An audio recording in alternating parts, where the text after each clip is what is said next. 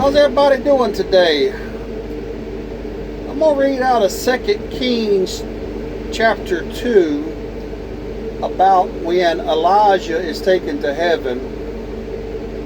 Also, there's another thing that happens in this chapter that we've seen before.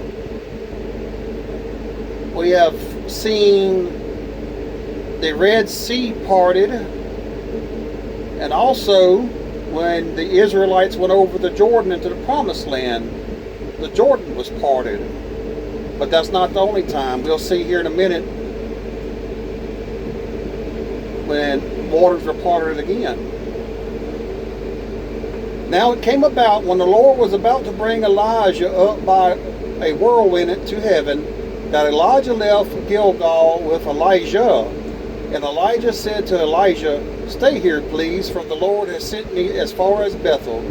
But Elijah said, "As surely as the Lord lives, and as yourself live, I will not leave you." So they went down to Bethel.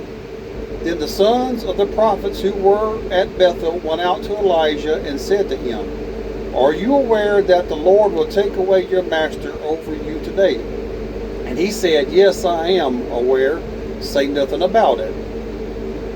And Elijah said to him, "Elijah, please stay here, for the Lord has sent me to Jericho." But he has said, "As surely as the Lord lives, and as you yourself live, I will not leave you."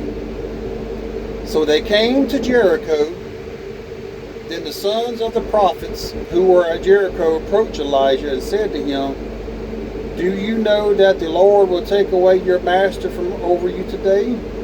And he answered, "Yes, I know, but say nothing about it." And Elijah said to him, "Please stay here, for the Lord has sent me to Jordan." But he said, "As surely as the Lord lives, and as yourself live, I will not leave you." So the two of them went on.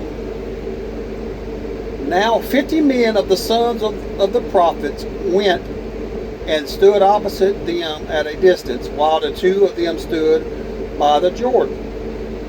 And Elijah took his coat, folded it, and struck the waters, and they were divided here and there, so that the two of them crossed over on dry ground. And when they had crossed over, Elijah said to Elijah, "Ask me what I should do for you before I am taken from you." And Elijah said, "Please let a double portion of your spirit be upon me." He said, "You have asked a hard thing. Nevertheless, if you see me when I am taken from you, it shall be so for you. But if not, it shall not be so." And as they were walking along and talking, behold, a chariot of fire appeared with horses of fire, and they separated the two of them. Then Elijah went up by a whirlwind to heaven, and Elijah was watching it, and he was crying out, my father, the chariot of Israel and its horsemen." And he did not see Elijah again. Then he took hold of his own clothes and tore them in two pieces. He also took up the coat of Elijah that had fallen from him, and he went back and stood by the bank of the Jordan.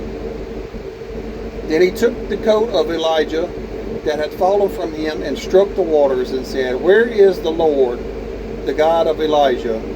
And when he had struck the waters, they were divided here and there, and Elijah crossed over.